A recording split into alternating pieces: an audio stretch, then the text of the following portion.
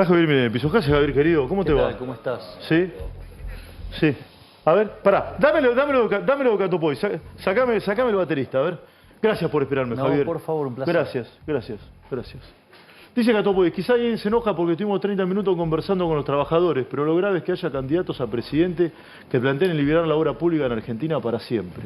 Entiendo que habla de vos, Catopoy. Sí. A ver, yo, si lo permite la producción, yo iría al video original. Pon el video, que con Puede eso arranque la ser editorial. que claro, planteemos pausarlo en un momento. Cuando vos... ¿Cuándo arranca? Cuando vos quiero. Volvé. A ver cuándo arranca. Esto fue ayer, recordemos. Digo, para tener idea de cómo... A ver, ahí. Un poquitito más atrás. Un poquitito más atrás. A ver, retrocede, Ale. Digamos, para tener en... A ver. Ahí. Fíjense, un poquito más para atrás. Que queda la ventana que dice Estudio Contable Impositivo. Ahí está. ¡Ah! A ver. No lo he visto. Estudio Contable e Impositivo. O sea, en ese lugar va gente... Es decir, es un lugar a donde asiste gente que tiene problemas justamente con el tema del pago de impuestos. Esto lo viste solo vos. Es decir, vos te das cuenta, ¿no? O sea, fíjate ahí con todas auditorías contables, balance, relación de impuestos, de declaraciones juradas, liquidación de sueldos, costos. Es decir, un lugar que se ocupa de resolver problemas impositivos a la gente. Es decir, que paga los impuestos. Una de las supuestas cosas que paga los impuestos es para que se haga obra pública. Y este señor hace paros de 30 minutos, que es como, eso, digamos, ¿qué es lo que implica? Bajar la productividad. Por supuesto. Es decir, que vos estás teniendo problemas, tenés que ir a un estudio contable para conseguir, digamos, poder pagar los impuestos, y este señor derrocha la productividad haciendo paros, alertando y haciendo campaña con la plata de los pagadores de impuestos, está haciendo campaña en contra de un candidato. Esto es de una gravedad institucional enorme. Es decir, tenés al pobre Gil adentro que está pagando impuestos y a este hombre derrochando los impuestos. ¿Hasta ahí vamos? Es muy nítido lo que está diciendo, claro. Bien, primer punto. Segundo punto, vamos a plantear la falacia que plantea este hombre. A ver, digamos, yo no sé, digamos, o sea, la reflexión es propia de un ignorante que hizo. La realidad es que cuando vos haces una obra pública, ¿con qué se financia eso? Con el dinero de todos los contribuyentes. ¿Cómo se llama? Impuestos. Sí, claro. Bien. O salvo que te endeudes, ¿no? Esos son impuestos futuros. Sí. Es decir, es pasarle la cuenta a las generaciones futuras, a las que no votan, quizás gente que no nació. Vamos a este punto. En ese contexto, cuando vos entonces vas a hacer una obra pública, las cosas no son gratis. Vos la tenés que pagar, la vas a pagar con impuestos. Quiere decir que vos, ese puesto de trabajo que estás generando con esa obra pública, en realidad no estás creando nada. Porque como se lo está sacando de la plata a la gente está dejando de consumir otras cosas y se está destruyendo puestos de trabajo en otro sector, en algo donde quería gastarle a la gente. Por lo tanto, primero tenés un problema de un robo.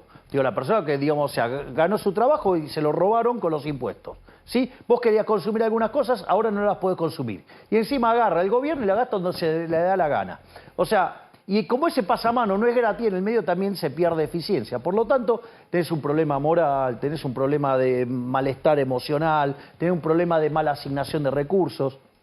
Con lo cual, digo, es falso que esto genere puestos de trabajo. Estas personas, si no trabajan acá, van a trabajar en otro lado. No solo eso. Y van a tener mejores trabajos de mejor productividad. Y no, digamos, esta cuestión precaria donde además viene un politicucho y los hace hacer campaña. Pero como si todo esto fuera poco, yo hablaría de obras de infraestructura. Y en nuestro gobierno sí va a haber obras de infraestructura. Lo que pasa es que con las obras de infraestructura nosotros estamos planteando un modelo de iniciativa privada a la chilena, donde además tienen condiciones de way outs como los peruanos y incentivos a la Suiza. ¿Sabes cuál es el problema del sistema que proponemos nosotros? Porque en Chile, vos viste lo que son las rutas en Chile. De hecho, sí, estuve hace 2 semanas. En la previa de las elecciones andaba circulando un video donde vos venías por una ruta chilena y de repente pasabas al lado argentino. Sí, es cierto. Y de un lado tenías la obra que hacía el sector privado, del otro lado la obra pública argentina. estaba claro que el lado bueno era un billar, el lado, digamos, chileno, y del otro lado un desastre. Dicho esto, no quiere decir que no va a haber obra de infraestructura. Lo que pasa es que se termina el curro de la política. Es decir, el mecanismo que nosotros diseñamos para esto, lo que hace es poner en problema a los políticos ladrones. Quizás, entonces, digamos, Catopodis esté muy contento, digamos, con los chorros, ¿sí?, de la Cámara Argentina de la Construcción, ¿no? Que tuvieron que estar, digamos, pagándole a periodistas y además para esconder los cuadernos, ¿no? O sea, por eso yo lo llamo la Cámara Argentina de la Corrupción. Digo, cuyo presidente, digamos, cada vez que yo voy a un lugar le paga a periodistas para que me critiquen. Hello, boys. Exactamente. Digo, porque, y ¿sabes qué? Se les termina el currito ese. Entonces, digo, o sea, en ese sentido... Pero espera, las empresas de la construcción, si vos sos presidente, ¿qué va a pasar, Javier? A ver, las empresas de la construcción se van a tener que ganar, a ver, es un régimen de iniciativa privada. O el Estado, digamos, si ve alguna obra que le parece relevante, le declara también, digamos, interés público. Pero se acaba la joda, digamos, de los políticos. Entonces vos tenés que ir a una situación en la cual vas a presentar un proyecto y el que tiene el mejor proyecto gana. ¿Me comprendés? Entonces, deja de pasar la plata por las porosas manos de los políticos. Por eso no le gusta. Por eso no le gusta a los políticos ladrones y no le gusta a los empresarios prebendarios, chorros, ¿sí?, como los que tienen sucios los dedos con los cuadernos de la corrupción. Es decir, es más, es tan deshonesto intelectualmente el presidente de la Cámara Argentina de la Corrupción que habla del modelo de PPP. No, señor, no es el modelo de la PPP, es el modelo de iniciativa privada a la chilena. Antes de criticar o pagarle a periodistas para que me ensucien, ¿sí?, y contaminar los medios con lo que pasa cuando yo voy a dar charlas, primero, ¿por qué no trata de interiorizarse? ¿O es que tanto le gusta robar con esto? ¿Estás caliente?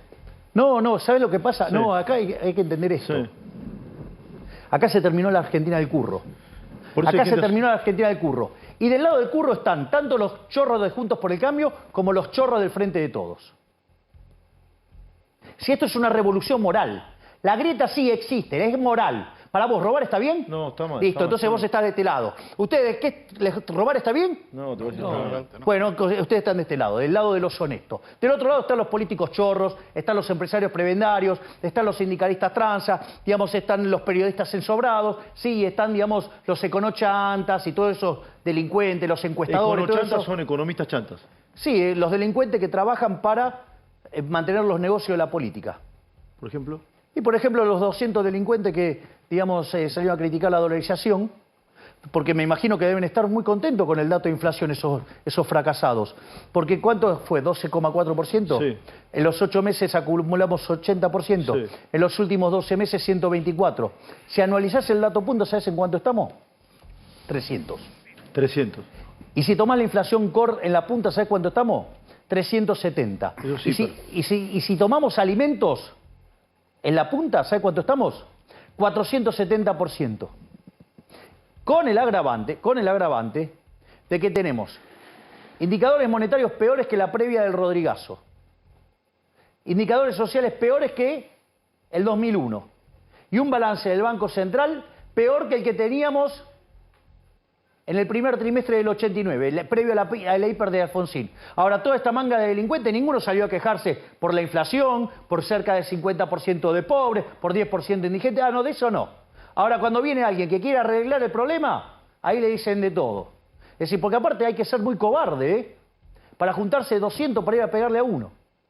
200 se juntaron para ir a pegarle a ¿Y uno. esos 200? Y a eso sumale a los delincuentes de los pseudos intelectuales de Juntos por el Cambio. Sumale a los curas villeros. Sumale, digamos, a todos estos chatas que dicen, ay, digamos, porque no recito el catecismo, ¿sí?, de el políticamente correcto, me amenazan de ser peligroso para la democracia. ¿Desde cuándo, digo, pensar distinto es un peligro? Los peligros es el pensamiento único, porque en el pensamiento único no piensa nadie. Ahora, de los 200 economistas, ¿no destacás a ninguno?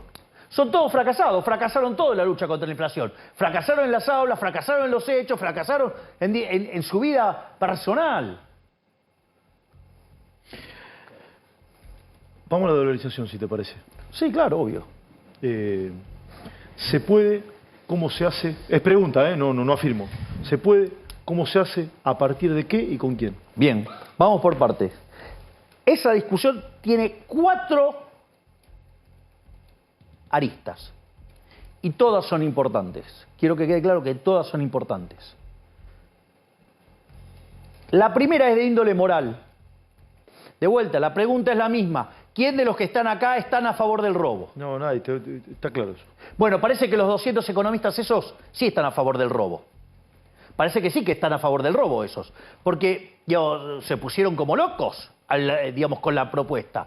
En una actitud además de cobarde y antidemocrática. Pero no solo eso, Si yo tomo acá una fotocopiadora y me pongo a imprimir billetes, y con eso te quiero comprar los zapatos, el reloj... No, yo no te lo doy, no te lo doy. Ah, no, y aquel, el termo, el mate, digamos, la copa, ¿me lo vendés? No, yo no. ¿Por qué? Porque no tiene valores. Porque es una estafa. ¿Y qué diferencia hay que cuando lo hace el Banco Central? La diferencia, ¿sabe dónde radica? En el curso forzoso. Que está impuesto. Exactamente. Es algo por la fuerza, no es por la... O sea, es algo que va en contra de la libertad. Es socialismo monetario. Sí, pero también nosotros creemos que eso tiene valor. Bueno, está bien, pero sí podrías tener otra cosa. No, bueno, está bien, pero te estás obligando. No podés rechazarlo. Se llama curso forzoso. Y eso se aplica desde el aparato represivo del Estado, con lo cual es un cercenamiento a la libertad.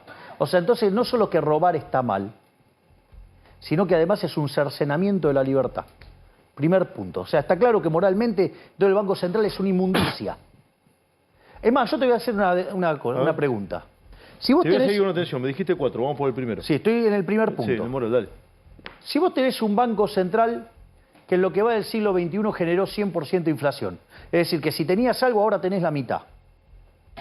Pregunta, ¿cómo lo calificarías? Como malo, de mínima malo. Bueno, ¿sabés cómo se llama ese banco? Reserva Federal. Es una inflación del 3% anual. Sí, la de Estados Unidos, sí, 3-4, sí. Bueno, con lo cual ese es malo. Imagínate los de Latinoamérica, son muy malos. Imagínate los de los impresentables. Bueno, hay una categoría peor, ¿sabes cómo se llama? ¿Cómo? Banco Central de la República Argentina. ¿No? O sea, con lo cual, digamos, están defendiendo una institución que, o sea, es un robo, es un avance sobre la libertad individual y además en la performance es deplorable.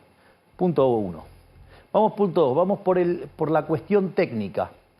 Lo voy a hacer un poquito largo, pero para que sirva para entender la naturaleza del problema.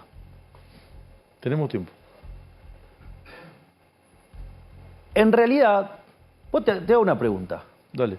Me está entrevistando a mí, Milei, está bien. El día que te vas a poner el traje de madera. Sí. ¿El traje de madera? Sí.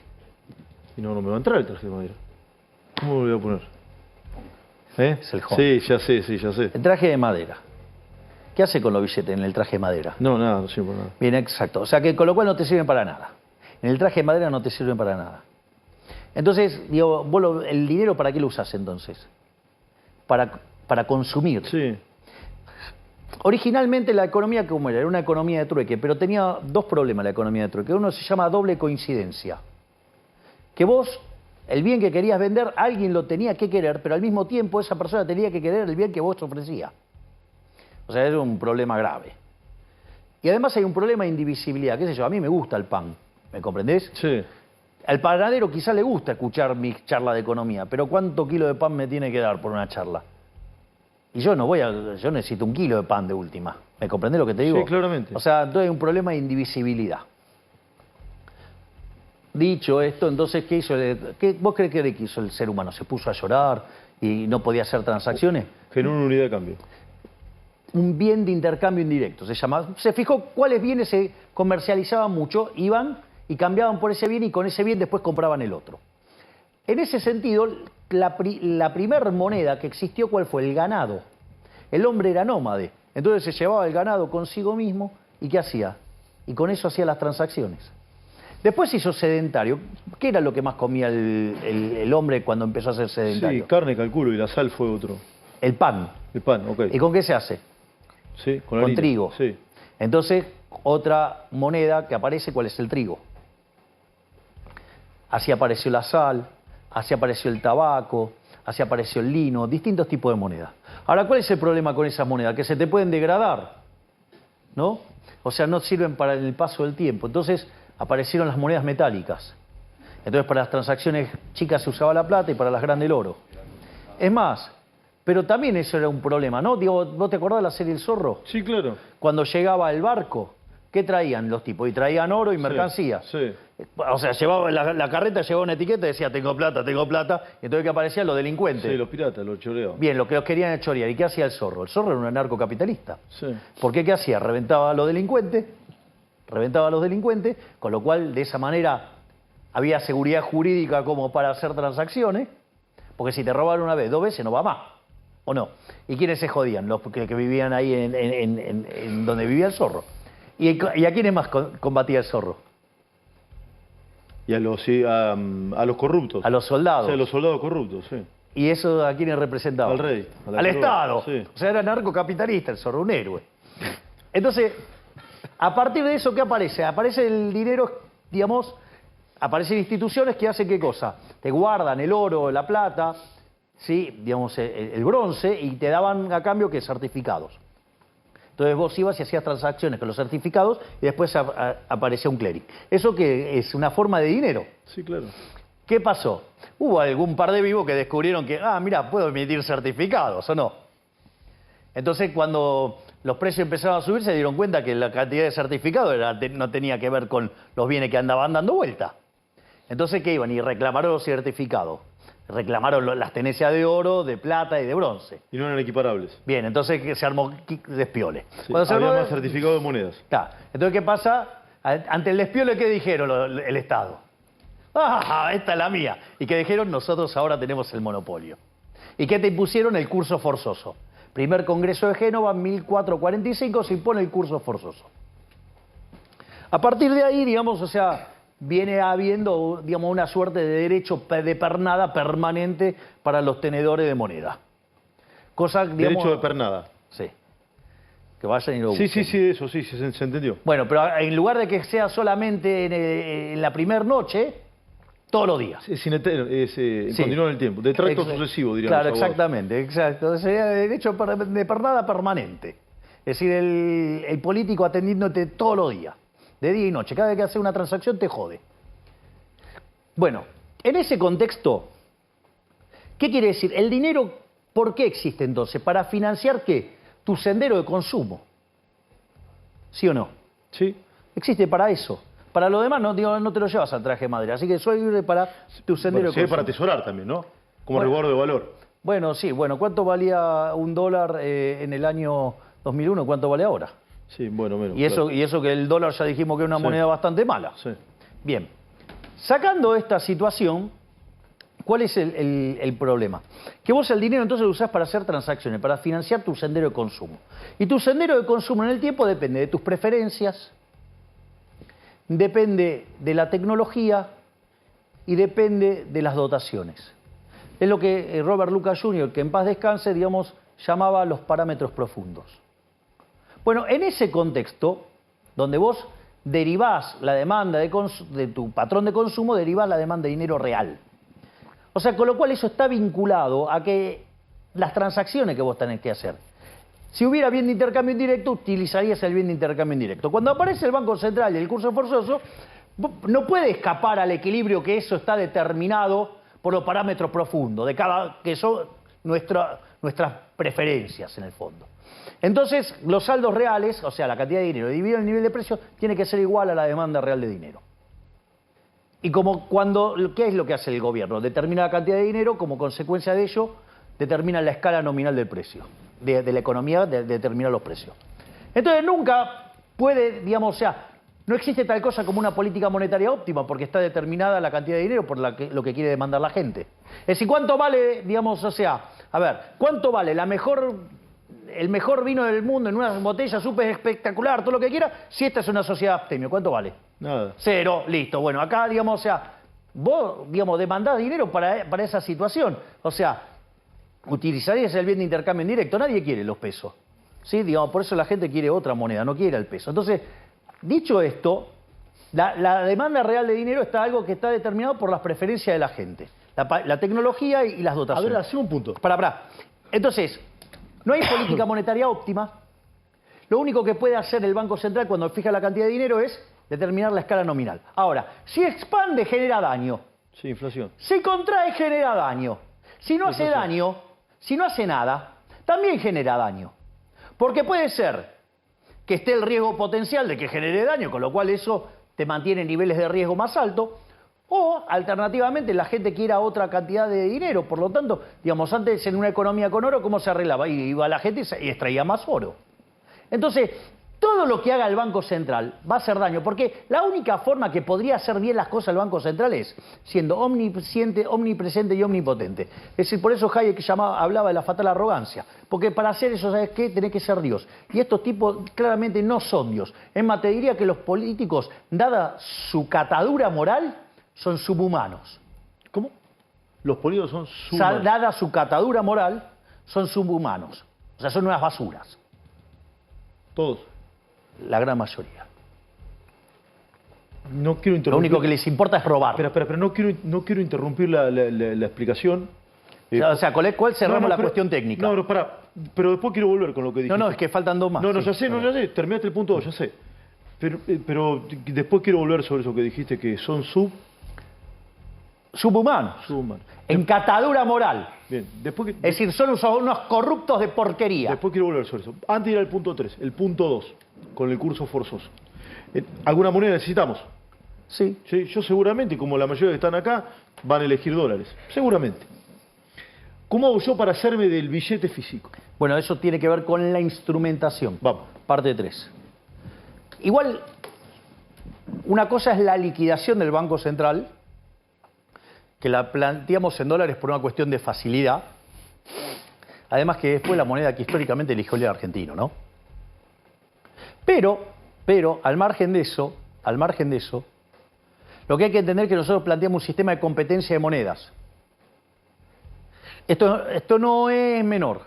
Es decir, porque vos podés hacer en dólares, pero por ejemplo alguien que hace transacciones con Europa lo hace en euros, o alguien que con Brasil lo hace en reales, o alguien que lo hace con China con renminbi, y alguien que, no sé, lo hace con Inglaterra lo hace en libras. Sí. Y no era lo mismo. Es más, una empresa petrolera lo más probable es que utilice el WTI. Una empresa de gas lo más probable es que use el BTU. Un en campo, digamos, que se dedica a la soja, es que use como moneda el precio de la soja. En Chicago. Exacto. ¿Entendés? Por ejemplo, en Guatemala, el dinero lo emitían, ¿qué? Las empresas de café, porque tienen el mejor café del mundo. ¿Se va entendiendo cómo es? O sea, vas a tener libre competencia de monedas. Después va a haber una que se utilizará para pagar los impuestos. Sí. Pero pará, ¿dónde la consigo la moneda? Vamos por... Esta es la parte instrumental. Ahora vamos a la parte instrumental.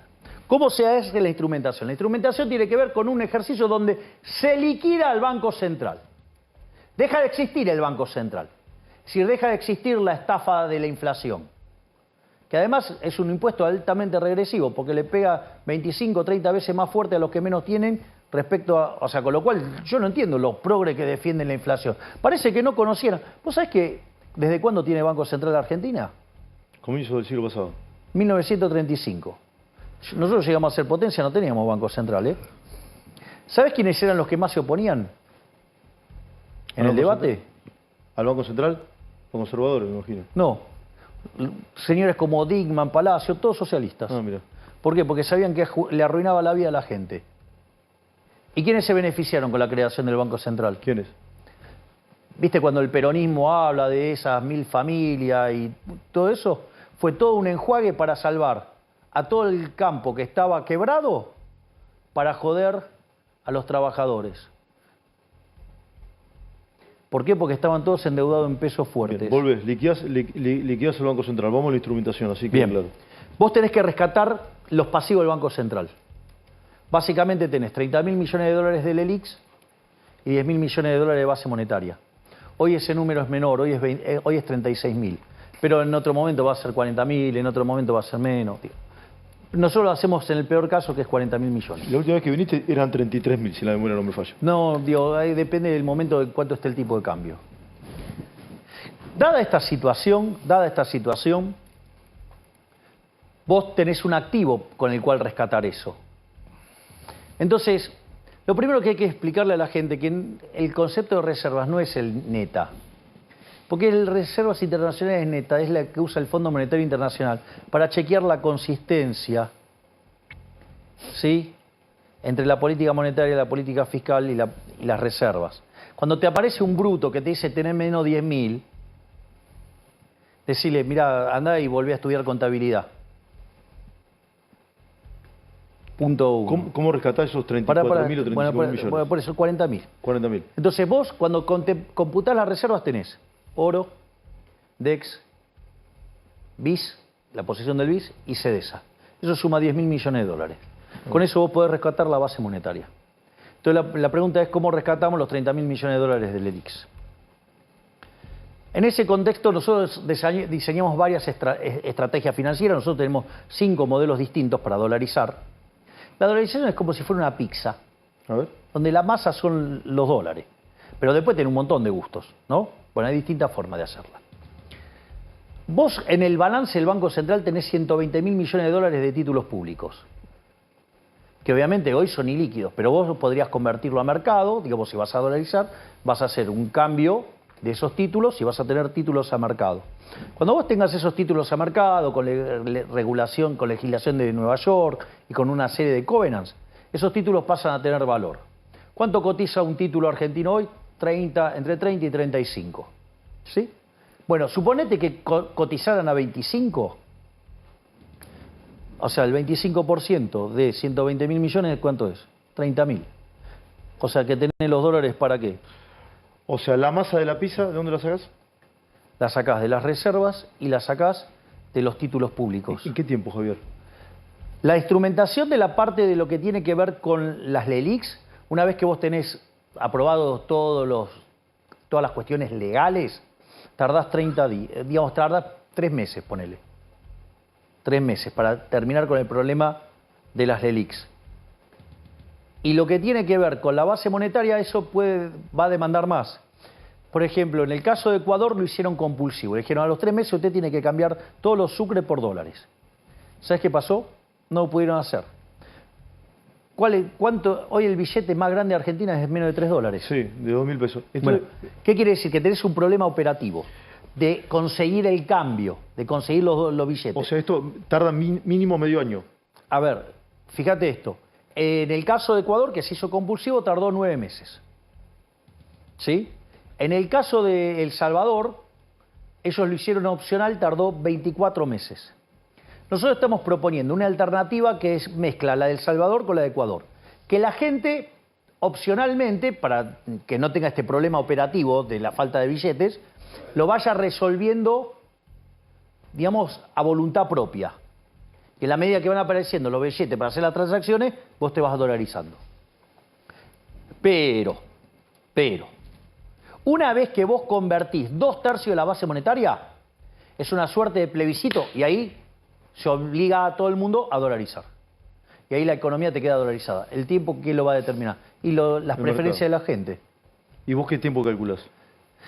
Yo creo que, digamos, puede pasarnos como Ecuador. Digamos, Ecuador tenía una situación muy complicada como la de nosotros cuando hizo esto.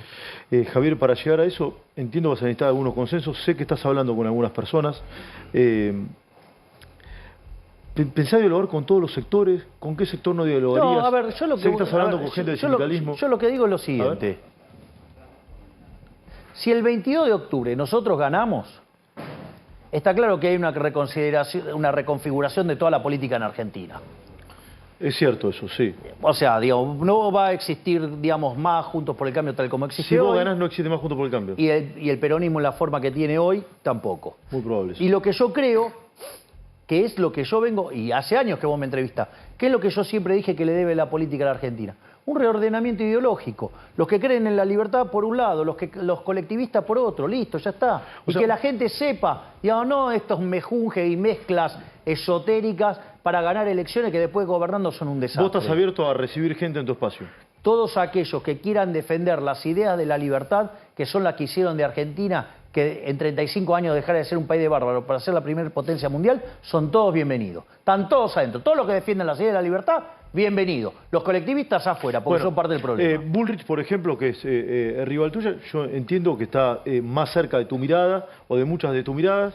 que del colectivismo. Entiendo yo, me puedo confundir. ¿Vos la recibirías o no? No sé, porque digamos a lo largo de los últimos 40 años cambió, o 50 años cambió más de 25 veces de camiseta. Entonces yo no sé si verdaderamente es, porque digo, ya digamos traicionó. O sea, conmigo tenía un vínculo y cuando se acercó el proceso electoral sucede que se convirtió en tan sucia como Larreta. Bullrich te traicionó. Y sí, claro. Entonces, o sea, en esto, digamos, o sea, es una cuestión de no retorno, ¿sí? Entonces, en ese contexto... Con Bullrich hay un no retorno. No, es un no retorno. Entonces, y además, digamos, toda la campaña sucia que me hacen, levantándome videos viejos de hace 5 años, de 6 años, y me critican errores por los cuales ya me juzgaron, me condenaron, ¿no? Socialmente me condenaron, ¿sí? Y todo el tiempo me están juzgando y recondenando todo el tiempo, con videos de cosas que yo ya no hago, Sí. no hago, y hace 6, 7 años estas cosas van y tienen que ir a buscar cosas acá. Entonces digo, ¿quién determina cuánto tiempo se vuelve atrás? Porque entonces, si vamos a volver el tiempo atrás, vamos a ir a los 70, cuando ella era montonera, ¿sí? Era una peronista de izquierda montonera, es decir, una agrupación que extorsionaba gente, secuestraba gente, ponía bombas y mataba gente. Ella se arrepintió de eso. Yo le pregunté a que me... Ah, bueno, está bien. Ah, pero vale el arrepentimiento de ella. Es decir, entonces, Claro, sucede que alguien que mató gente, que puso bomba, que extorsionó, secuestró, bueno, ahora pide perdón y ya está. Y ahora ahí sucede que un tipo, porque de repente, Eso hace es 5 años echó una puteada, lo tenés que acribillar. cierto, eso Dale, es basta de la doble moral. Eso es ¿Sabes cierto. qué? Te puede gustar o no mis modos. Es verdad. Mis modos te pueden gustar o no.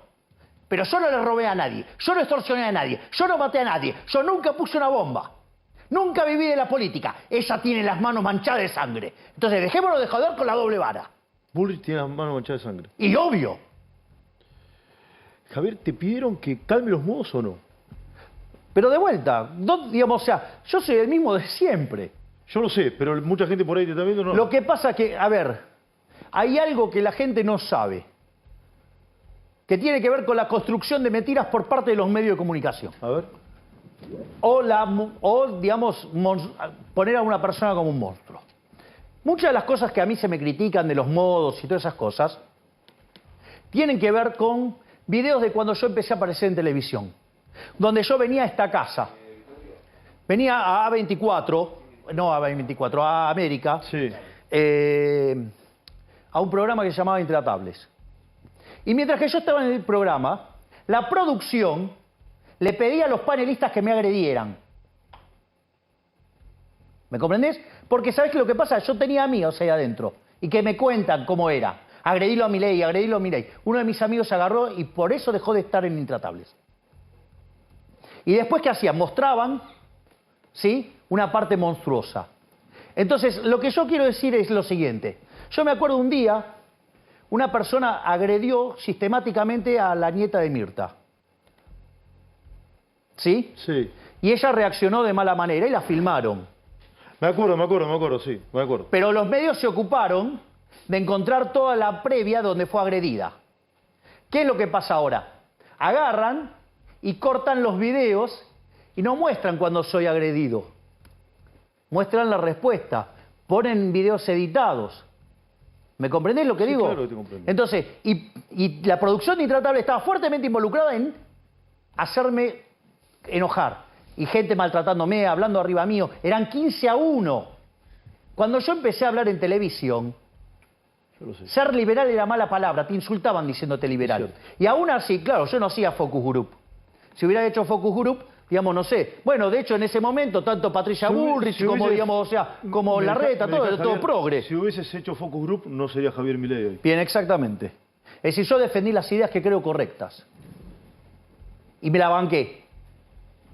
¿Sí? Y no me acomodé a lo que dice la gente. ¿Me comprendés? Porque ahora son todos liberales, porque ahora los focus group dicen que son todos liberales. Entonces hay que ser liberal ahora. Pero antes no eran liberales. Y bien que le gusta el Estado. Y cuando los rascás un poquito, son bien colectivistas. Entonces, en ese sentido, lo que yo digo, ojo, digo, porque si vas a comprar liberalismo, no comprés segunda, tercera marca, si al mismo precio tenés uno que es mucho mejor y es de verdad. Y al menos no estoy manchado, ni con la corrupción, ni tengo las manos manchadas de sangre. ¿Quién será la segunda marca? No, la tercera marca. Si de hecho va tercero, justo por el cambio, Digamos, va a cambiar. tercero. Y sí, digamos, las encuestas muestran que se están cayendo a pedazos. Javier, ¿con qué sindicalistas hablarías o con cuáles no? A ver, yo, digamos, me senté a hablar con Martínez y con Gerardo Barrio Nuevo. Martínez y con Barrio Nuevo. Luis Barrio Nuevo. Explico la situación.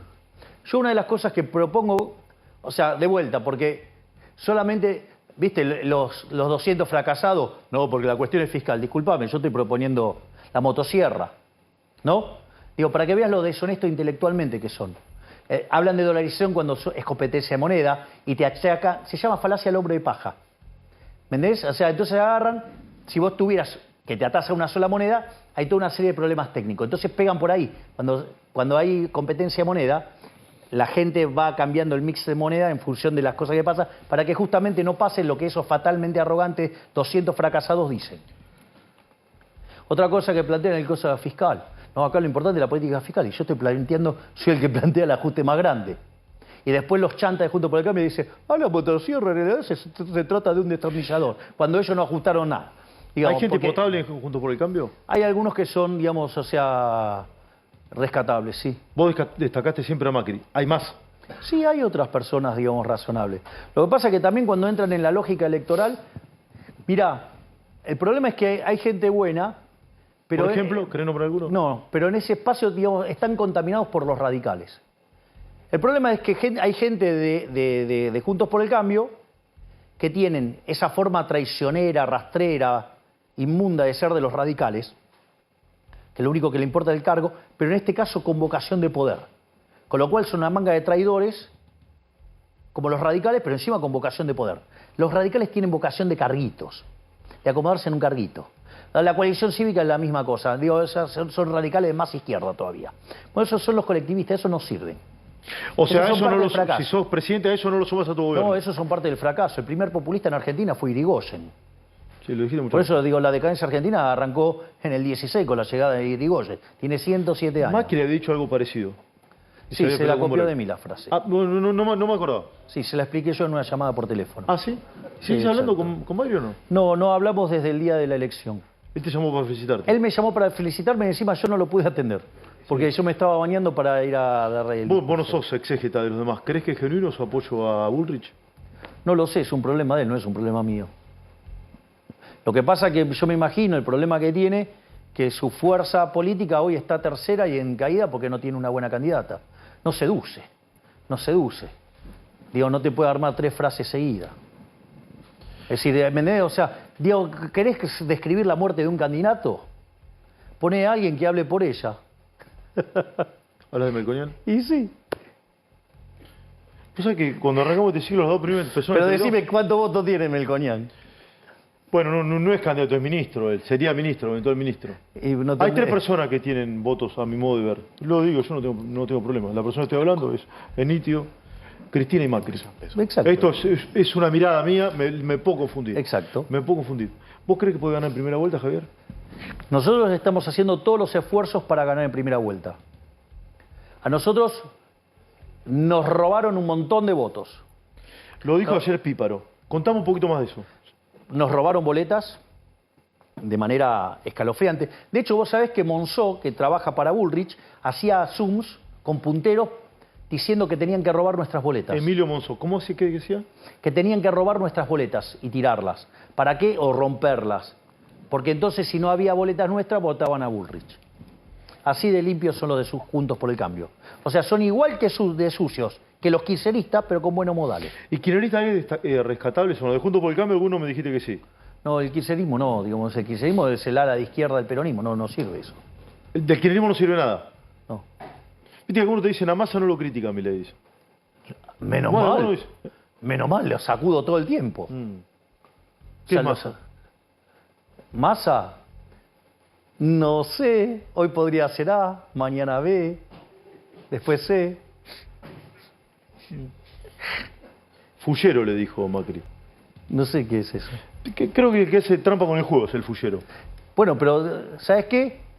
Cristina también le ha dicho eso. ¿Sabes qué? Digo, en la tropa propia tienen un montón que hacen eso también, ¿eh? Que hacen trampa. Sí, que traicionan. Digo, no te lo van a decir públicamente. Pero pensá, digo, cómo son las... Ustedes saben cómo son las lógicas internas. Se muestran de una manera en la Cámara. A ver, el mejor ejemplo acá tuvo la señora Lozada. O sea, la pareja de Naidenov. Sí, hace 10 días. ¿No? O sea, la pareja de Naidenov. Acusó a Puyaro de narcotraficante. Ah, eso fue antes, sí. Y después salió a apoyarlo. Sí, es cierto. O sea que por interés valen mono. O sea, se acomodan por lo cardito. La batalla en el ¿Vos país... te das cuenta, no? Es decir, lo que quiero decir es... Sí, me doy cuenta y lo dije en un editorial antes. Los kirchneristas son impresentables. Ahora, lo que están enfrente, esa pseudo oposición también. A ver, te hago una pregunta. Mira esto. Lo de YPF fue una aberración. Sí, lo es. Bueno. Okay. Hablamos de la reestatización. Exacto. Okay. Yo cuando pasó eso, ¿sabes qué? Estaba en una reunión del G20. Y estaba en la misma mesa con la gente de Repsol. ¿Sabes qué momento, no? Se me caía la cara de vergüenza. Digo, yo lo he criticado a Kichilov y me han matado por eso. Hay un libro mío que se llama Lectura de Economía en tiempo del kirchnerismo. En la tapa está el grito de Walsh. Así que imagínate lo lindo que los trato. Ahora, estaría bueno si puede la producción que lo busque y ponga. A ver, búsquelo, chicos. Lectura de Economía en tiempo del kirchnerismo. Sí. Es un libro rojo. ¿Rojo justo? Sí. Y sí, el kirchnerismo, rojo. Claro. Entonces, ahora vos fíjate eso. ¿Quiénes le votaron? ¿Quiénes acompañaron esta aberración? Bueno, Bullrich no lo votó. Lo acompañaron los radicales. Los radicales votaron, sí, sí. Es lo que yo te digo, claro. son inconsistentes. O sea, unos quieren ir por un lado, otros quieren ir para el otro. ¿Qué va a pasar? Se terminan cayendo como siempre. Terminan haciendo gobierno deplorable. Por eso, ¿qué es lo que yo...? Ahí está, mirá. Ahí está, mirá. Mirá. Te lo están buscando en vivo, ahí lo tenés. ¿Sí? Lectura de Economía en tiempo del kirchnerismo. ¿Esto de Caño de Javier? Uy, el prólogo. Ya no lo había visto. Sí. El prólogo de López Murphy. Del traidor. ¿Eh? Del traidor. Porque no, después, te llevas bien, ¿o no? Pero después de haber prologado esto, me dijo kirchnerista de derecha. Me dijo castrista, chavista. ¿Te das cuenta? Digo, lo que son Juntos por el Cambio, son traidores. Es decir, entonces, ojo, digamos, son traidores de un lado o del otro. Lo que te quiero marcar es que son todo lo mismo. La grieta es moral. Sí hay grieta, claro que hay grieta. Sí. La grieta es moral. ¿Sabes qué? Para mí robar está mal. ¿Y cómo se termina esa grieta, Javier? Dando una defensa desde los valores. ¿Sabes qué es lo que hubiera sido más fácil en mi caso? ¿Qué? Y meterme adentro de una de esas estructuras. Yo decidí no solo ser outsider, porque vos tenés dos tipos de outsider. Vos podés ser un outsider y meterte en una estructura grande. O podés ser un outsider y crear tu propia estructura. Y nos hicieron de todo. A mí me operan, a mí me hacen una autopsia, así lo abierto 7x24 todos los días. Es verdad. Y mienten, calumnian, injurian. O sea, yo de hecho vengo del C5N amarillo, ¿no? De La Nación Más. Sos bravo. Donde La Nación Más, digamos que es el C5N amarillo, ¿sí? Digamos, claro, digamos, parece un aparato de propaganda de Juntos por el Cambio, donde solamente no podés hablar mal de Juntos por el Cambio. Y si alguien de Juntos por el Cambio hace una aberración, se la perdonan, y si la hace otro lo matan, por la misma cosa o algo mucho menor. Es decir, un aparato de propaganda, ¿sí? Que se dedica, por ejemplo, a ensuciar, tienen un conjunto de periodistas, digamos, que se dedican a ensuciarme todo el día, con mentiras, calumnias, injurias, de todo tipo. Déjame hacer una pregunta. Digo, es lo mismo que el C5N. A mí me parece, como ciudadano lo digo, ni siquiera como colega, que cualquier persona vaya a cualquier lugar. Pues si te molesta tanto, ¿por qué vas? Yo voy a algunos, no voy a todos. Hay gente que no le doy nota. Hay gente que no les doy nota. No les voy al programa nunca. Sí. Nunca. Hay gente que le dejé de ir. Y no les voy a volver a ir nunca. Hay gente con la que tengo juicio y no se lo voy a bajar. ¿Ok? Sí, no sé. Bueno. ¿Cómo va a ser tu gobierno? Digo, no, los terroristas son malos, ¿no? Sí, claro. Bueno, tiene un periodista que era terrorista, dale. Vamos. ¿De quién estás hablando? ¿Berbisky? No. Tenés uno que era terrorista. Otro que vive ensuciándome a mí. Ya sé. Con una persona a la que tengo juicio por haberme dicho nazi hitleriano. Dale. Ya sé. Y sí, bueno, digo, las cosas son así. Las cosas son así. Javier, ¿cómo va a ser, tenés muchísimas chances de ser el próximo presidente de la Nación, cómo va a ser el tema de la prensa con tu gobierno? Hay que eliminar la pauta. Eliminar la pauta. Hay que eliminar la pauta oficial. Porque esto es lo importante. El periodismo es una actividad sagrada. Tiene un rol preponderante. Pero el periodismo tiene ese rol si es libre. El día que vos cobrás pauta, ahí hay un problema. Porque independientemente hagas bien o mal tu trabajo, vos seguís viviendo igual. Dejaste de depender del mercado. Dejaste de servir al prójimo con un bien de mejor calidad, un mejor precio. Y pasaste a ser un esclavo del Estado que te dice qué puede decir y qué no puede decir. Entonces, la pauta es un mecanismo que contamina al periodismo. Lo convierte en un aparato de propaganda. Porque fíjate esto, vos no podés hablar libremente, porque viene el político y te dice, no, esto no lo puede decir. Entonces, digamos entonces, ¿cuál es el punto? No tiene que haber pauta oficial. ¿Para qué? Para que seas libre. Porque tu opinión es tu propiedad y vos después te tenés que hacer cargo de lo que decís. Entonces, si vos tenés una persona mintiendo, calumniando, injuriando todo el tiempo a alguien, ¿sabes qué es lo interesante? Que en una situación de mercado se ven los resultados y esa persona no puede hacer más ese trabajo, porque ya saben lo que es. ¿Por qué siguen sosteniéndose esos mecanismos de propaganda? Esos no son periodistas, esos son mercenarios. Y pueden vivir porque viven de la guita del Estado. Y el Estado... ¿Puede decir que el público de la audiencia no los elegiría? No, no los elige. De hecho, no tienen rating. De hecho, a algunos de ellos se les cayó el rating violentamente. Entonces, ¿por qué? ¿Y cómo siguen estando? Porque son funcionarios a alguien que pone. ¿Cómo te imaginas tu gobierno, Javier? Un gobierno de fuertes valores morales que va a poner de pie a la Argentina. Nosotros vamos a terminar con la inflación. Vamos a terminar con la inflación. ¿Me entendés? Vamos a terminar con la inflación. Vamos a ir a una reforma del Estado, vamos a achicar el Estado, vamos a hacer una economía competitiva, vamos a modernizar el mercado laboral, vamos a abrir la economía. Sé que es difícil precisar esto. ¿La inflación en cuánto tiempo? ¿Terminarla y qué sería terminar? ¿Bajarla cuánto? Tarda en 24 meses a que tenga... A ver, la convertibilidad de la hiperinflación, ¿sabes a cuánto tardó en tener? Y del 89 al 92, no, 91, ¿no? Pero ¿cuándo? ¿Sí? Pero, a ver... 1 año y medio. Tardó 20 meses. Desde abril del 91, la convertibilidad, 1 de abril de 1991, y para el año 93 éramos el país con menos inflación del mundo. ¿Se puede hacer? Sí. Tarda 2 años. Tarda entre 18 y 24 meses. Quiero volver sobre los... ¿Estás cómodo? Tenés que irme a decir... No, yo estoy cómodo. Si querés seguimos porque está muy divertido. Está divertido. Porque además falta la... Porque te conté cómo se instrumenta. Sí. Falta el punto 4. Sí. Es más, te voy a decir algo. Hasta este momento nosotros habíamos armado 5 propuestas para dolarizar. ¿Sí? Bueno, ahora vienen fondos de inversión a proponernos ellos la dolarización. Bueno, ahí va. Es decir, hay tuco, hay fideo, para vos, para él, para todo. Melconian dice no hay tuco ni fideo. Bueno, porque Melconian tiene problemas para sumar con un ábaco. Es decir, un tipo que te dice que en un balance contable, una cuenta del activo tiene un número negativo, tiene problemas contables. Bueno, o sea, no sabe de contabilidad, no sabe de equilibrio general de stocks, no sabe de equilibrio general de flujos, no sabe básicamente de teoría monetaria, no sabe que el dinero es un bien de intercambio indirecto, no sabe de finanzas, no sabe de opciones reales, no jamás en su vida vio un problema de evaluación y mucho menos una reestructuración. Vamos al tuco y los fideos.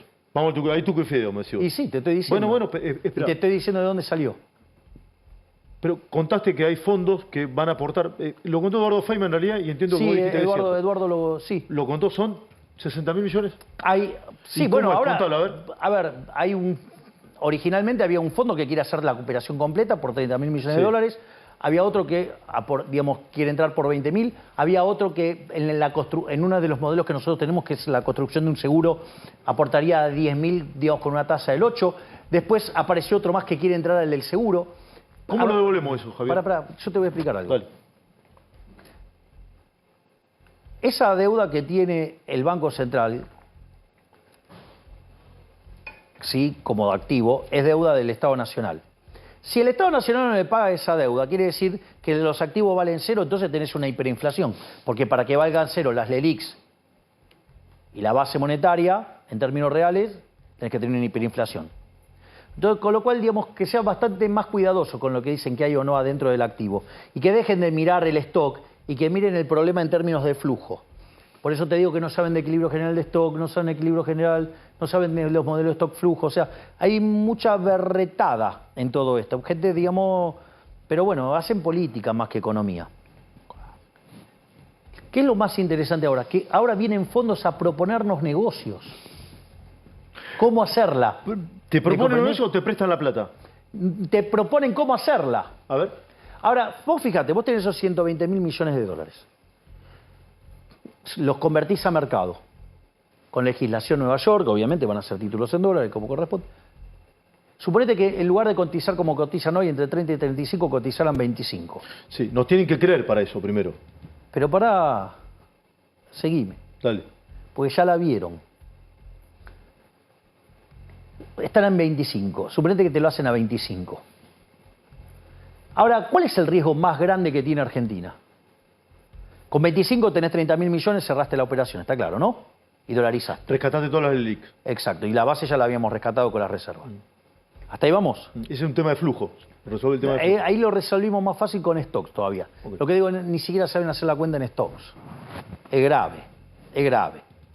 Y que no me vengan a mí, porque digo, yo los conozco.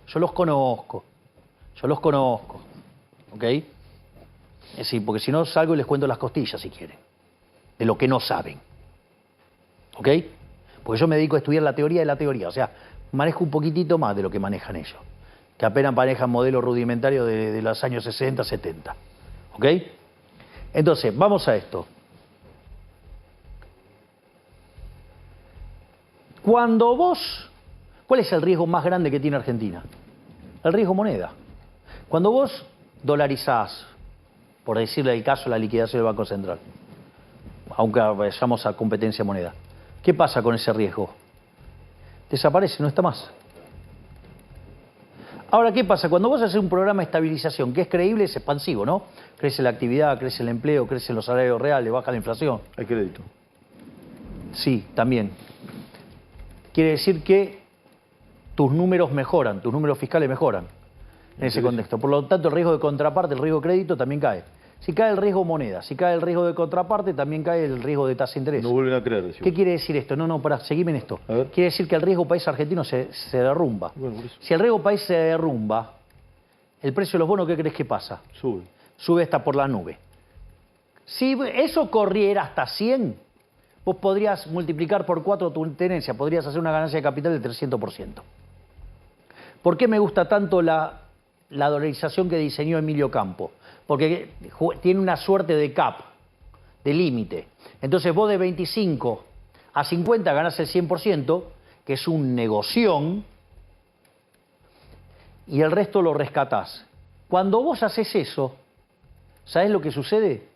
Además, no solo que dolarizaste, sino que bajaste la deuda en 60.000 millones de dólares. O sea, la deuda argentina deja de ser 400.000 millones de dólares, pasa a ser 340.000 millones de dólares. Por eso a mí me seduce tanto esa. Digo, igual, nosotros ahora estamos recibiendo propuestas para hacerla, con lo cual ya dejó de ser un problema, digamos, que se discute, que la plata sí, la plata no. La plata está. La plata está. Pero no te das cuenta que hay una ganancia de capital enorme. ¿Vos cuántas veces crees que te va a pasar en tu vida donde vos podés controlar la ganancia de capital que tenés? Pocas. Bueno, por eso ahí hay un negocio enorme para hacer. Hacemos un negocio bárbaro donde ellos ganan, gana Argentina, se termina la inflación. ¿Sabés quién pierde? Este es el punto 4. Pará, dolarizás. ¿Quién pierde? Los políticos. Buena pregunta. ¿Es in eterno o no puedo salir? Pará, vamos por partes. Ahora te lo contesto. Si vos tomás lo que nos robaron los políticos en los últimos 20 años con el señoriaje, ¿sabés cuánto nos robaron? Lo dijiste, no lo recuerdo. 280.000 millones de dólares. A ver, una pausa. ¿Qué es el señoriaje? Es la financiación con emisión monetaria del déficit fiscal. Y eso después se traduce en inflación y eso hace que pierda poder adquisitivo la fábrica de billetes, digamos. Exacto. La fotocopiadora. Que si vos o cualquiera de ellos lo quieren usar, van presos. Ahora, si la usa el político, no. O sea, ni siquiera hay igualdad de la ley. Mirá qué delincuente el político que financia déficit fiscal con emisión monetaria. Ahora bien, dicho esto... ¿Puedo salir algún día de eso o no? ¿Qué? ¿Puedo salir algún día de la dolarización o no? No. Eso es lo más interesante de la dolarización. No se puede salir. No se puede salir. Por eso es fabuloso. Le sacaste el instrumento de estafa. El Banco Central es la estafa mundial más grande de la historia. Es el socialismo monetario, el Banco Central. Es la estafa más grande de la historia. Fíjate esto. Fíjate esto. No solo eso, sino que además, mirá esto qué interesante. Porque cuando vos mirás el gobierno desastroso este que tenemos ahora, va a terminar robándonos más de 90.000 millones de dólares con el señoriaje. Y si lo vas cambiando por año, vas a tener que el último año nos afanaron 25.000 millones de dólares por año. Es decir, el día que vos rompés la maquinita, le estás devolviendo a los argentinos de bien 25.000 millones de dólares. ¿Quiénes son los que pierden? Los políticos chorros. Pierde la casta. Pierde la casta. ¿Quiénes son la casta? Y la casta son los políticos chorros, los empresarios prebendarios, es decir, como los de la Cámara Argentina de Corrupción que hacen negocios con la obra pública, la de los cuadernos, ¿sí? O, por ejemplo, el caso de los sindicalistas que entregan a los trabajadores, ¿sí?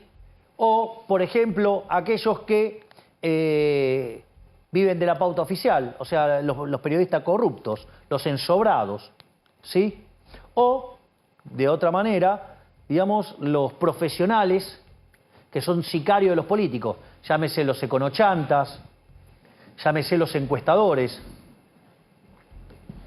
¿Sí? ¿No rescatás a ninguno de toda esa gente, Javier? No dije que son todos malos, pero digo, pero los que están entongados con la casta. ¿Y si algún día tiene que sumar casta? Mirá, nosotros lo que estamos proponiendo es aquellos que quieran abrazar las ideas de la libertad, nosotros los vamos a recibir. Ahora, pero eso, digamos, también implica adherir a un conjunto de valores morales. Sí. Para nosotros robar está mal. Bien, quiero volver sobre... Matar también está mal. Quiero volver sobre los sindicalistas y la reforma laboral. Yo tengo entendido, Sí. tenés planteado hacer una reforma laboral. Nosotros estamos planteando una modernización del mercado laboral. Lo que nosotros estamos proponiendo es un sistema de seguro de desempleo, ¿sí? Que es como el que tiene la UOCRA, pero con mayor profundidad financiera. Entonces, si vos tenés vos tenés un problema enorme en Argentina. El sector privado no genera un puesto de trabajo desde el año 2011. Está clavado en 6 millones. Es cierto. Tenés afuera del mercado 8 millones de personas. Además, tenés 4 millones de empleados públicos, donde en toda esa transición metiste 1,5 palos. Tenés el monotributo social, tenés lo que tiene el monotributo. Cuando te das cuenta, tenés un problema de empleo enorme en Argentina. Y solamente 90.000 trabajadores formales ganan más de 2.400 dólares. Y es más, un tercio de los trabajadores formales son pobres. Claro. ¿Está claro que tenemos un El problema? diagnóstico es clarísimo, sí. ¿Está claro que tenemos un problema? Es muy nítido eso, muy La nítido. pregunta es, a ver, si lo vemos nosotros de afuera, ¿vos te crees que los sindicalistas no lo ven? Lo sabe todo el mundo, pero Bien, culturalmente no están preparados a decirlo. Bueno, Van contra los preceptos del peronismo, Javier. Bueno, está bien, pero vos tenés un problema. Si no lo arreglás, tenés un problema más grave. Sí, claro. O sea, pueden ir mucho con los preceptos del peronismo, pero ¿sabes qué? La izquierda le está comiendo las bases. Entonces hay un problema. Entonces, ¿cómo lo arreglamos? Vamos a un modelo de seguro de desempleo. ¿Hay un caso en Argentina? Sí, es el de la UOCRA. ¿Funciona bien? Funciona bien. ¿Están todos de acuerdo con que funciona bien? Bárbaro. Bueno, si vos tenés un modelo que funciona bien, ¿qué haces? Y funciona bien acá mismo, ¿qué haces? Lo tomas, pará, contalo porque yo lo conozco el tema, pero mucha gente no sabe cómo es el segundo desempleo. Explícalo. Lo que vos haces, lo que hace el modelo, vos aportás el 12% de tu sueldo. Se llama fondo de cese. Está bien, pero está bien. Entonces, y vos aportás todos los meses ahí. Entonces, el día que vos te vas, te quedás con esos fondos y automáticamente, o sea, digamos, si se termina la obra, listo, vos te quedás sin laburo y tenés ese fondo y vivís de ese fondo. Entonces, el modelo funciona bárbaro. ¿Vos sabés cuál es el sector más procíclico de la economía? ¿Y la construcción? La construcción, es decir, cuando la economía va para arriba, claro, vuela, y cuando la economía va para abajo, se destruye. Bueno, a pesar de, o sea, siendo el sector más procíclico de la economía, el modelo funciona. Lo que nosotros estábamos proponiendo era darle mayor profundidad financiera. Entonces, la pregunta es, si hay alguien que aplica este modelo y funciona bien, la pregunta es, ¿a quién voy a ir a preguntarle? Bueno, le preguntaba a Martínez, por lo que tengo entendido, al de la Boca. Y sí, claro, me senté con Gerardo Martínez y le dije, a ver, usted, ¿por qué no me cuenta cómo es su modelo? Yo le hago mi propuesta, a ver, y empecemos a trabajar y a hacer una propuesta superadora. O sea, ¿dialogarías con el sindicalismo argentino? Sí, obvio. ¿No lo consideras casta? Digo, a ver, de vuelta, ¿quiénes los eligen a los...? Los trabajadores, bueno. Listo, el problema de los trabajadores. Si no les gusta, digo, que voten a otro. Vos sabés que son sistemas muy amañados los gremios.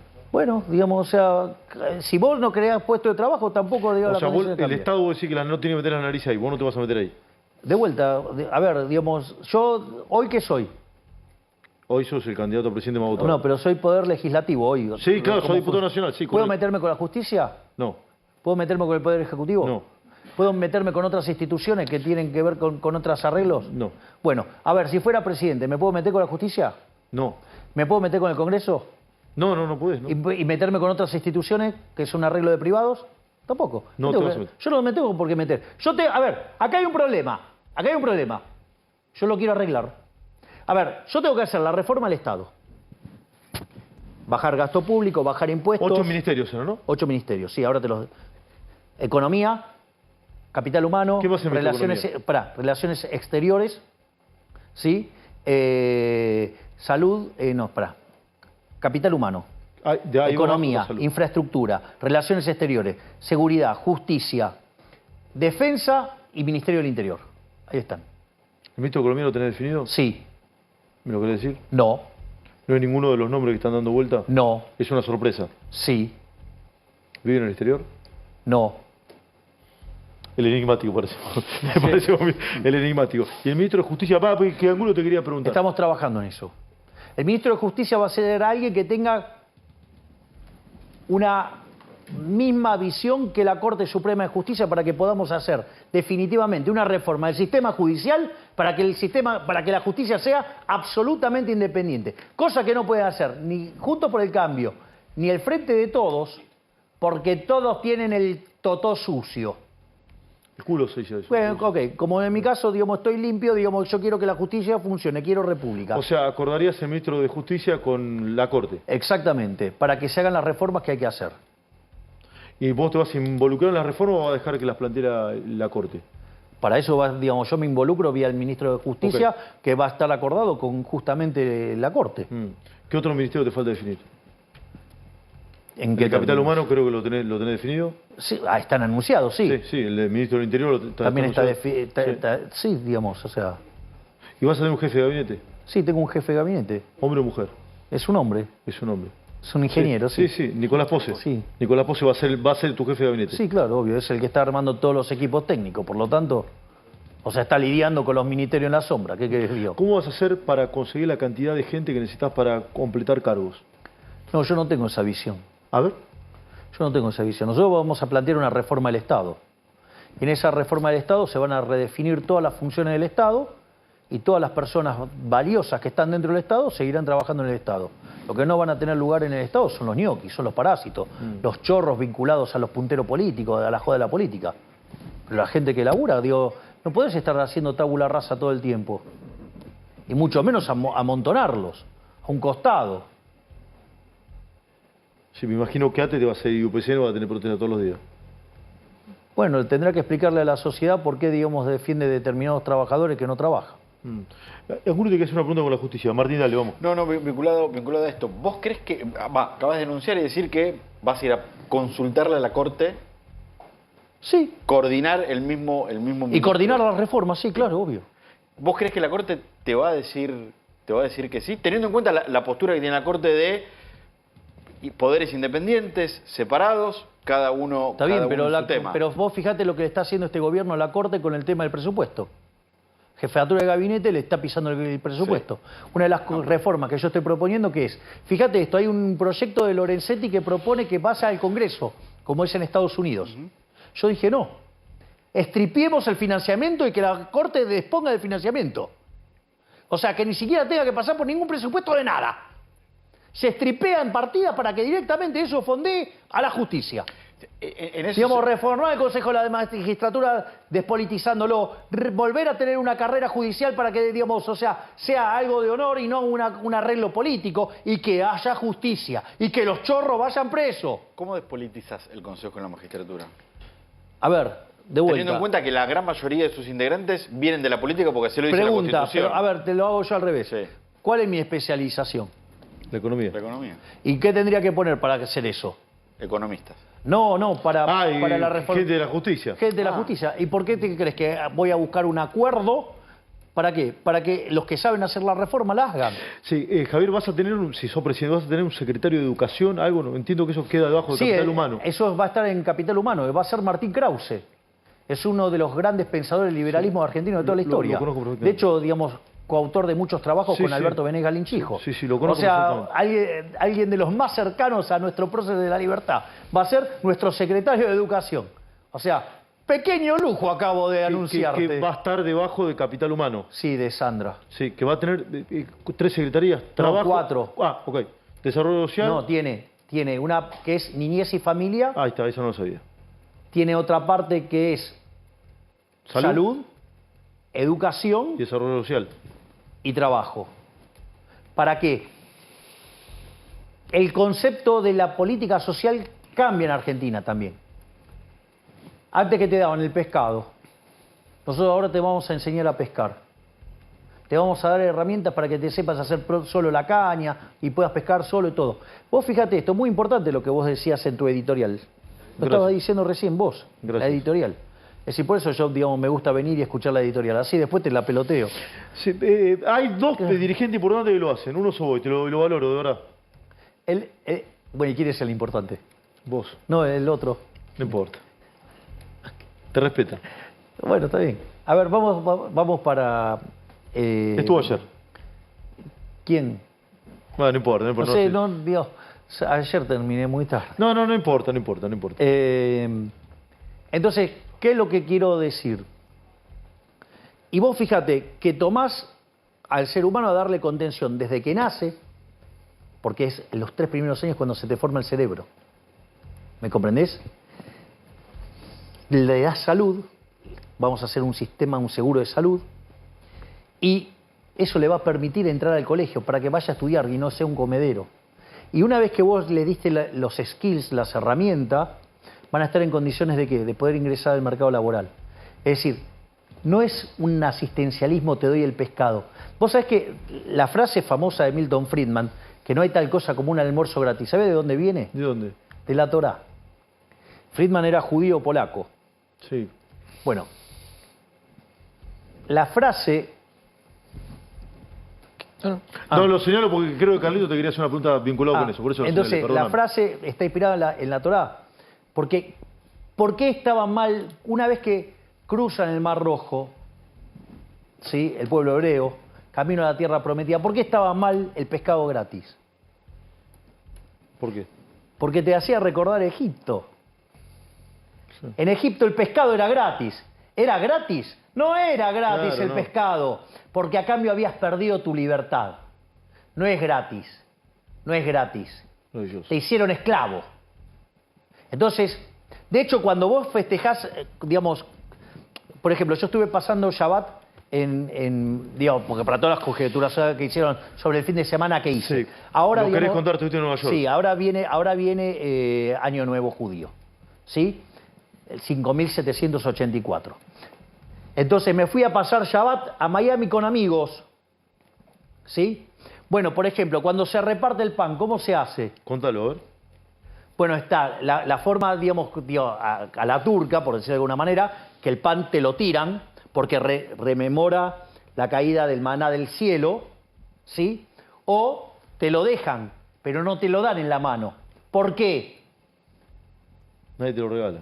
Porque no te lo regalan, porque si no, es como la prebenda, es como la esclavitud, te lo dan. Entonces te lo dejan ahí y vos lo tomás. O te viene del cielo, ¿sí? Entonces, me fui a pasar Shabbat a Miami. De ahí, ¿sabes qué hicimos? Nos fuimos el domingo temprano a la mañana a New York. Y estuve en 770, donde estaba, digamos, la oficina del REVE. Tuve el privilegio de poder entrar a lo que era la oficina del REVE. Contalo que yo seguí el tema, pero mucha gente no lo sabe. Lo contamos por arriba, ¿no, Carlito? Acá, contalo, si querés. Estuve... Porque es un tema privado, no sé, capaz que no querés. No, yo estuve ahí y después me fui a un instituto, ¿sí? Donde desarrollan material sobre la digamos, que tiene que ver sobre el judaísmo. De ahí me fui... Ahí tengo un par de anécdotas geniales. Contala si tenés ganas. Va, ¿estás cómodo? ¿Tenés ganas? Si No sé, yo pregunto a ustedes. Digo, sí, estamos fuera, te está viendo mucha gente. Entiendo que hace rato que estamos liderando el rating. Sí. O sea, hay un libro que tiene, digamos, o sea, enseñanzas del REVE. ¿Sí? Y entonces cuando vos vas, digamos, te suelen regalar ese libro. Ahora, ¿cómo es que se escribió eso? ¿Cómo? Porque eso es lo interesante. El REVE daba, digamos, hablaba en Shabbat. Pero ¿cuál es el problema? Vos no podés escribir, no podés hacer nada. Entonces, ¿cómo es que se escribió eso? ¿Sí o no? Sí, ¿cómo se escribió? Esto es lo interesante. Bueno, había 5 rabinos que se aprendían de memoria el discurso del REVE. Mira vos. Y cuando terminaba Shabbat escribían. Y el REVE después iba y lo editaba, lo revisaba. Bueno, tuve la posibilidad, tuve el honor, uno de esos rabinos, ¿sí? Volcó en un libro esas enseñanzas. Y tuve el privilegio de que me lo regalara y me lo autografiara. ¿Qué es tu vida? Para, dame un segundo más. Después, cuando vos ves los videos del REVE, hay un rabino detrás que tiene una barba blanca, larga. Bueno, es con otros que estuve reunido. Y después me fui a rezar al Oel. O sea, no fui a hacer nada vinculado ni a la economía, ni a negocio, ni a política, ni nada por el estilo. ¿Esa es tu vida espiritual, Javier? Sí. Esa es tu vida espiritual. Disculpame, por eso es una pregunta privada, si yo que te debo responder. ¿Te convertiste al judaísmo o no tiene nada que ver? No. No, pero digamos, o sea... Pero la verdad es que lo que estoy aprendiendo y el crecimiento que tengo en el plano espiritual es enorme. Mira, Y tengo una gran gratitud. O sea, bueno, digo, de hecho, siempre pondero el rol de mi rabino de cabecera, de Axel Banish. Mira, Javier, tengo que hacer la pausa. Es la entrevista más extensa que te hemos hecho yo, te recontra agradezco tu tiempo. Quiero cerrar con la entrevista más larga del ciclo también. Bueno, espero que al menos haya medido. Nuestro programa de noticias ha liderado las señales durante mucho tiempo. No era lo central, sino tratar de entender. También soy lo que creo que Argentina va hacia una nueva era, hacia un nuevo modelo de país. Es una revolución moral. Bien. ¿Sabes qué es lo más interesante de todo, Sí. Esteban? Que la gente empezó a despertar. Decidieron dejar de ser corderos y se despertaron y se levantaron leones. ¿Me entendés? Vos sabés cómo nos defendían los fiscales, los votos afuera, se los terminaron cagando a palos, llevándoselos presos y los tipos seguían defendiendo los votos. ¿Sabés lo que vale? Acá hay una revolución moral. Ese mapa violeta grita libertad. Grita libertad, hay futuro porque vamos a volver a abrazar las ideas de la libertad, hay esperanza, porque además también entendieron que una Argentina distinta es imposible con los mismos de siempre, no podés esperar resultados distintos si haces siempre lo mismo. Basta de la fatal arrogancia, y eso se lo entendieron, y entendieron que las salidas son las ideas de la libertad. Y ¿sabes qué? Digamos, si nos acompañan, si los mismos que nos acompañaron en la última elección, si fiscalizamos mejor, si logramos tener más boletas, y va más gente a votar en contra de estos chorros que nos están hundiendo, ¿sabes qué? Podemos llegar a ganar en primera vuelta y vamos a hacer la revolución liberal, vamos a poner a la Argentina de pie y si hacemos las cosas bien, en 35 años volvemos a ser potencia. Acá debería cerrar la entrevista, pero le di mi palabra a mi amigo Carlito Burgueño que te iba a hacer una pregunta y sé que tiene un gran respeto profesional ambos. Carlito, cerrá cortito, lo tengo que despedir a Javier. A ver, la pregunta iba para otro lado, pero una pregunta antes. Tu eventual ministro de Economía, También, después si quieres pregúntame. ¿Fue funcionario de otro gobierno? Es una buena pregunta. Sabe Burgueño. Sabe Burgueño. Burgueño sabe. Porque no sabe. No sabe quién es porque no se lo dije, pero es una muy buena pregunta. Es una muy buena pregunta. Y no te preguntamos por Fátima. La verdad es que estamos muy contentos. ¿Viven juntos, Javier, o no? No vivimos juntos. Es cierto que pasamos varios días juntos en la semana. Como es, a ver, hay cuestiones, digo, casi que te diría que son evidentes, ¿no? Sin lugar a dudas es una mujer hermosa, es hermosísima, verdaderamente. Es una persona muy talentosa, es una persona que tiene una capacidad de trabajo enorme, una emprendedora, metedora, labura que da calambre. Es muy inteligente, tiene un humor de verdad, no es un humor prefabricado, repite chistes. Ella misma sabe hacer sus propios chistes. ¿Te imita bien a vos o no? Sí. ¿Te imita bien? Sí. ¿Quién te imita mejor, ella o Tarico? No, bueno, son distintos estilos. Digo, bueno, pero ella tiene inside information. O sea, y Javier, después... ¿te puede quedar 3 minutos más? Y lo otro, digamos... ¿Me bancas 3 minutos o no? No, pará, porque quiero terminar la definición. Y además, ¿sabes qué? Tenemos una relación espiritual muy profunda. Entonces, cuando haces el checklist, estás en todas. ¿Cómo querés que esté? Estoy feliz. Estás enamorado. Llámalo como quieras, pero... Gracias, Javier, por haber venido. Gracias, Esteban. Gracias por tu tiempo. Javier...